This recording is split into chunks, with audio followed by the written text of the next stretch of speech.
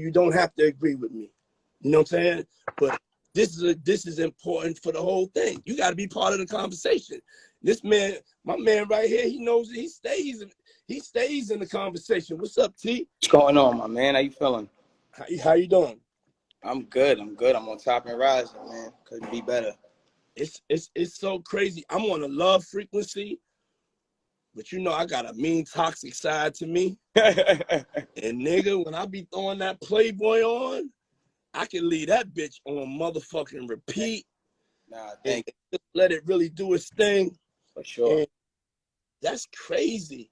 Is that, you know, out of my R&B artists, that I don't know if people would know that you are one of my favorite R&B artists. Wow, that's what I'm listening to in the crib when you know what I'm saying, when I'm doing my thing, and you know what I'm saying, with my lady, when I'm just you know what I'm saying? For sure. When I'm in that motherfucking vibe, and everybody got to start front. When they get in that vibe, they know they go get some of that Tory Lanez. Tory Lanez got a good 6 joints on the smashing playlist. Nah, look, that's a fact. I'm here to touch on everything that you're talking about, and I don't think that you was wrong for saying what you said either. I think that it needs to be said more unapologetically so that niggas can understand what's really going on. The reality of the situation is like, you got artists, even like Summer, and by the way, before I even say anything, Summer, I love your music. I love her, everything about her art, her creativity, and like her rawness, and just like everything about her. And like, even like how she's saying, I would love to put out this type of album, but I don't know if anybody will listen to Summer. I promise you, me by myself will make that shit go platinum. I'll listen to that shit 100,000 times. My thing is just like, it's not that R&B is dead. There's incredible artists out. There's incredible R&B artists out every single day. The problem is the culture of R&B is dead. And that's just what it is. Like, you got a lot of because, you know, we're in a time where there's a lot more controversy and a lot of a shock factor and stuff like that. They highlight in the moments when the OGs is beefing with the young niggas, and it's a king of R&B thing, and or the competition moments, and it's not really about who's making great music, which OGs is leaning down and making music with the young niggas. The state of where we're at with it, and even like just people in general that love R&B. It's not that we're saying, you know, there's not good R&B out. There will always be R&B out. Yeah. The problem is right now is that I think down the line, there started to be this thing where it's like, yo, I can't do R&B unless it's as raw and rugged as what I'm hearing outside. And now it's like this thing where it's like, it gotta be toxic.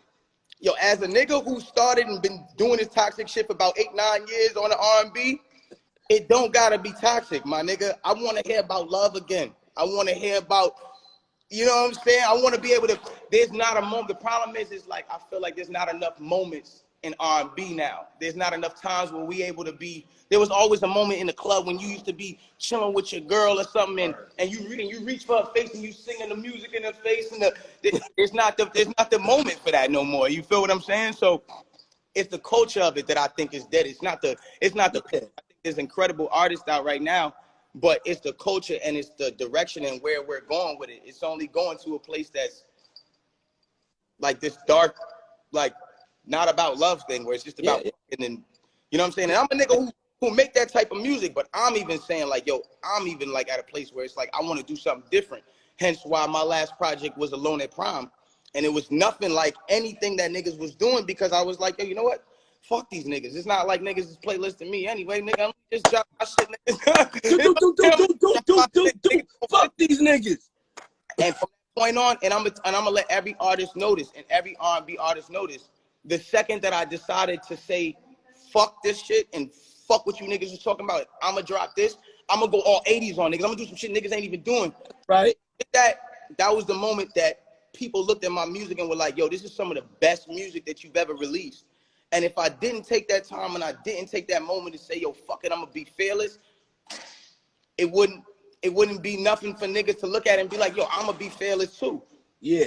And the reality of it is like, us as the young niggas and us as the young generation right now, we got to realize we hold way more weight than we think. Like, for instance, like, and not to just keep bringing it up as a comparison, but like, even with Summer Walker, it's like sometimes I see Summer Walker say, yo, I don't want to do music no more. Or I don't want to, and to me, it's like, yo, that breaks my heart. Cause I'm like, yeah, music. You know what I'm saying? Like, but we got to remember that we are actually more of a bigger voice. Our voice is like 100 times multiplied to regular people that are actively trying to be writers or musicians. And when we say stuff or when we do stuff, we got to realize, like, people are really looking at us for, this is just how I need to look at it, because this person looks at it like that. And what I've realized is just like, we need to be more innovative on just bringing that feeling back and bringing moments back to R&B. You know what I'm saying? And that will really bring the culture back to me. I'm gonna tell you a crazy thing is there's really not a platform for love. The way they got this algorithm programmed, they just got it really programmed for, like, you know, not a balance of love. You know what I'm saying? So thinking like about an artist like you, and you got a record, a love record, it's almost like, and you bearing your soul to a woman, it's not even a place. Then a playlist may not even put you in playlist because your shit got too much love in it. You know what I'm saying? For real. That's what I'm trying to say. Who is controlling the frequency and the vibration? Because there's fear that's in the air about being free. You're a certain type of cat. I want to say zero fucks a lot. You know what I'm saying? So, but you got to think about other people that have the talent that's just stuck in the studio like, oh my God, what I do? I can't sing what God gave me in my voice to sing. I'm outside. I'm in the studio sessions with niggas all the time.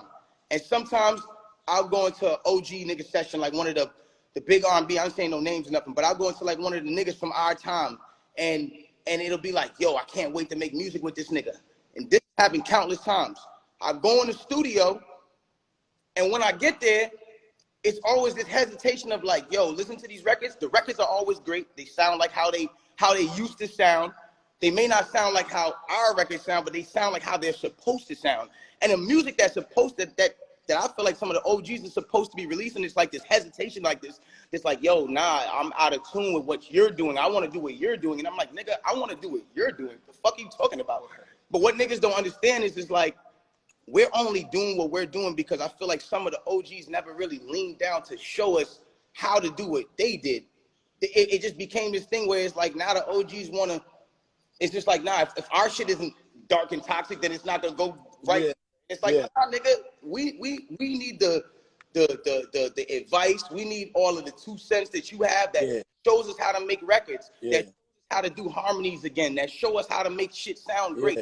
The things that you guys all must have somehow knew in this time when you were all recording these records, we need those. We need those gems so we can start making music like that. It's not that no one's controlling the algorithm, love. It's not that no one's controlling the algorithm. Okay. We're controlling the algorithm. And if we as R&B niggas and R&B people don't stand up as a community of people that start actually standing together and just making what the fuck we want, we're going to be in this place where we're never going to make what we want to make. And we're always going to be at this place where R&B is obsolete in the club. And all we're hearing is copy-pasted songs about niggas with these imaginary ops, all these fake-ass guns from Call of Duty, and all this shit that niggas is talking about. And there's never going to be that moment when we're in the club, they stop, they slow it down, you grab a shorty, and you know what I'm saying?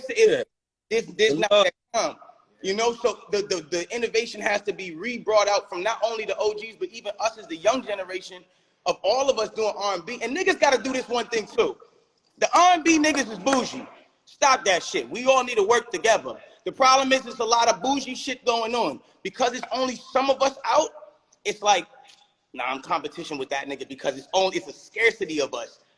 But that's really what the problem is. Back in the day, you had the niggas jumping on songs with each other. You know what I'm saying? You had moments. There's no more moments. There's a lot of bougie.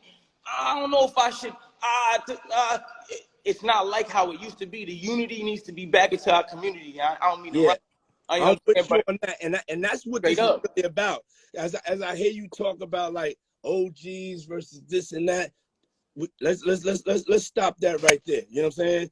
Because everybody got something to learn something from from no matter what age you are or what era or whatever that you came in. I'm glad this conversation is happening so everybody can stay, because I'm a unifier.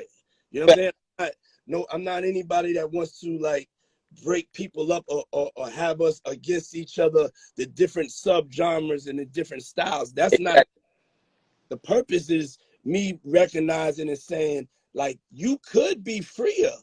Like, I love you as an artist. I'm listening to your music, and I know that there's more going on in your life. You know what I'm saying? And I know that, I mean, you gotta love. You know what I'm saying? But I know when a cat is in a trick bag in a position and he got some cut on his stuff. So now when I'm saying why you one of my favorite R&B artists, is that you ain't got no cut on your shit. You doing whatever the fuck you want to do right now. How you want to riff, doing whatever you want to do. And I'm saying it's important that whatever the producers that have the code, people that get together, I just wanted the energy. You know what I'm saying? We here to unify all of us together and talk about a platform that's important for us. As you know, we got to have that balance. It's part of our African American culture. Everything else has been erased. Now you don't have a representation of that blackness and that freeness the way we want to do it. Let me ask you this. Why don't you think cats use bridges or vamp out or do ad-libs? It's disconnected. What, my fault? I didn't hear the last thing. Yeah, no, it's all good. I said I wanted to ask you a question. Why don't you think cats do like bridges or vamp outs or have instrumentation or changes of B section? I'm trying to tell you, the difference is that the love is not, and I don't mean like as in like the love, like, yo, we all love each other and it's that too, but the love is not being made in the music. And like, I want to touch on something right quick. Like, for instance, I seen Hitmaker say, he didn't agree with us saying, R&B is dead right now, right? And, somebody like Hitmaker, for instance, there's a structure that I feel like I make music on. I sample a lot. Hitmaker samples a lot. We sample a lot. And because the songs we're sampling are so big, sometimes you just kind of want to flip it and you want to do something different. And you want to do something that's quick and then something that's whatever the case is. But a lot of that time, and even I fall victim to this too, being that a lot of that's my fault too. Like niggas like me and niggas who kind of just go through the music fast and shit like that. Sometimes that's our fault too, because at the end of the day, we're not adding all the extras. Now, when I go do the Chicks tapes or when I do Playboy, that's why now everything is about the production. Niggas is sitting here getting the songs from the same 10 producers, the same beats is floating around through all of us, and we all sitting there, right? And remember, the beats is simple beats. Niggas is getting these beats out and getting them out and just sending them out. They not taking the time to go sing, take the moment and be like, yo, we need to go make a bridge right now. Call the guitar nigga in, call this nigga in because it needs to sound more peaceful or whatever the case is, or call a synth in or whatever. We're not doing the extras to really make the songs no more. You know what I'm saying? And because it's becoming this copy paste, like, yo, we copy the bridge here, we do something like the original hook here, and we da da da da da da da. It's becoming to be this thing where it's just like, it's blah.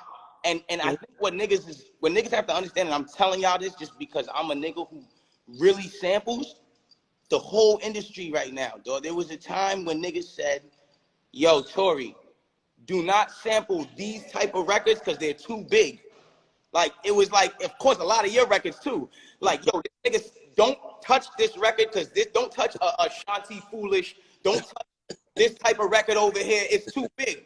And I remember niggas was going crazy on me like, yo, but then now it's getting to this point where it's like, yo, niggas caught on to, nah, there's nostalgia in these records that we still can pull out.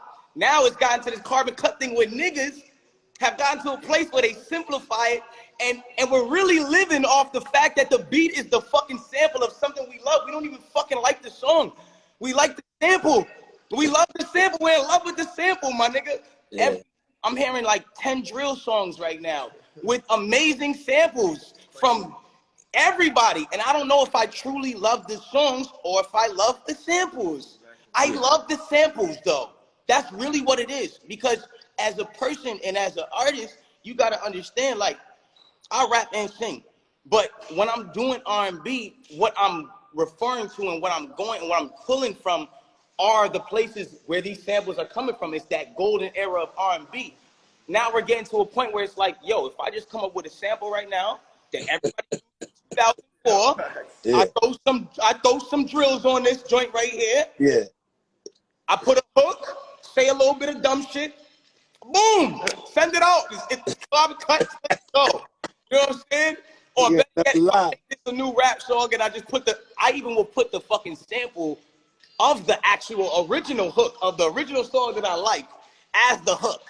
And as long as that shit plays, it's gonna give niggas nostalgia and they gonna sing it because they already know it. So it's like it's taking the hardness away from artists to have to, you know?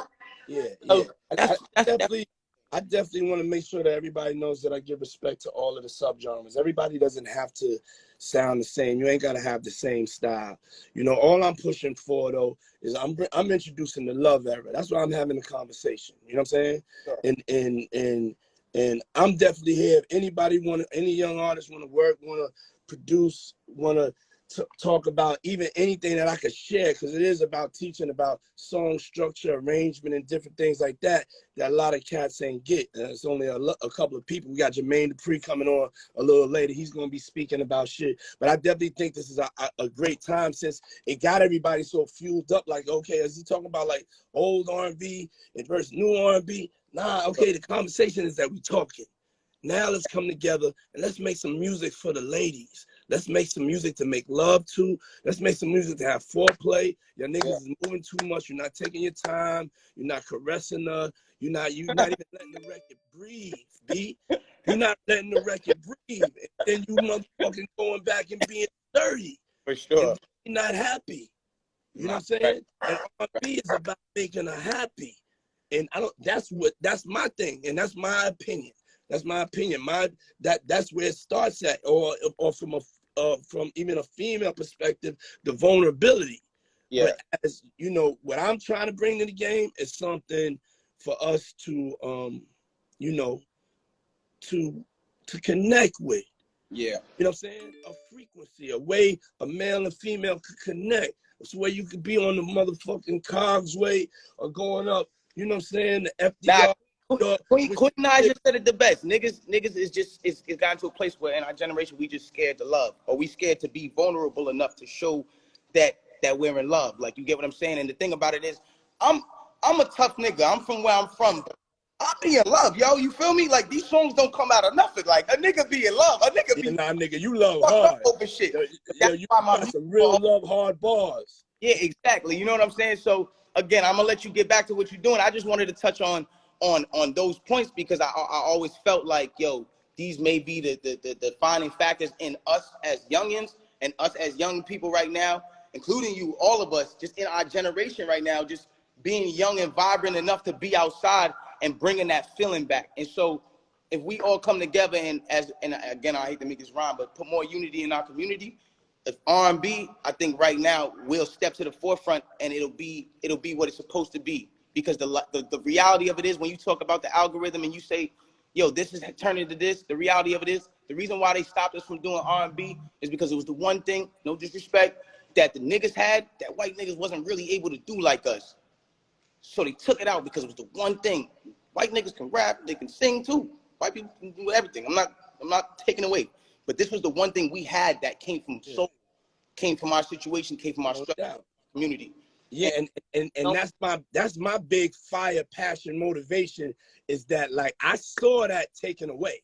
I saw that magic taken away. I went to go see Jasmine Sullivan the other day, and I was, a couple of weeks back, and I was just like, man, like, you know, the way she sings and sounds and the way she just performs live and she's free, the shit is like, you know, she's like a black queen, you know, musical goddess. Incredible. You understand what I'm saying? Incredible. And there's like so many cats. I got hit with so many people that really want to give that love and give those vocals. It ain't set up. The game, that shit is dead.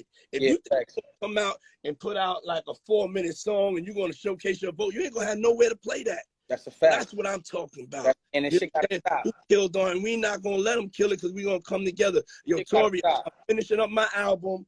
You know what I'm saying? I have everybody on. I don't see a name on there though, right there. We got Jasmine Sullivan, Party Next Door. We got The Weeknd. We got Babyface John. Yo, it's crazy. Hey, listen. Got her. I'm going in for 3 weeks. Listen, I'm doing a love camp for 3 weeks, and I'm gonna set it up in Miami. I'm inviting all of the R&B producers out there. We're gonna set up shit by the pool and things in the back, and then in the back, we're gonna take over whatever, and we're gonna make some real music, and we're gonna come and unify and get this conversation going. We're gonna learn from each other. I will be there. Yeah, you be there? There we go. I will be there. And I just want to say in closing, like, I'm coming there with all types of vibes, even for the rest of this year. Like, as far as when it goes to being creative, I want all the R&B niggas to know, like, yo, don't stop yourself from being creative. And also, don't think you need to have some sort of package. I don't care if you fat, small, skinny, tall, whatever you are. I don't care if you got a nose like Big Bird, nigga. Go after your shit. That's what makes you unique, and that's what makes us love you. So at the end of the day, bro, I'll be there in Miami. I'm coming with all kind of vibes. 60s, that's right. 80s, 90s. I'm not playing. Let's go. We have our first super producer signed up for the Love Records, finishing up my album camp. I don't know what to call it yet, but you know. But yo, we definitely gotta connect, King. And I appreciate you calling in, man. Always love, my brother. I do agree on what you said. It's not a lot of earth-shattering albums out right now. And I think just everybody chill. I'm about to drop December. I'm gonna drop an earth-shattering one. Oh, you dropping an earth-shattering one? Okay, cool. I just wanted to it might be kind of check this out. Me too. All up, my brother. In November though. You got September. I'm coming in November. That's fine. Winter's coming and winter's mine. Love, my brother. I got you. Love. Sure. Love. Oh.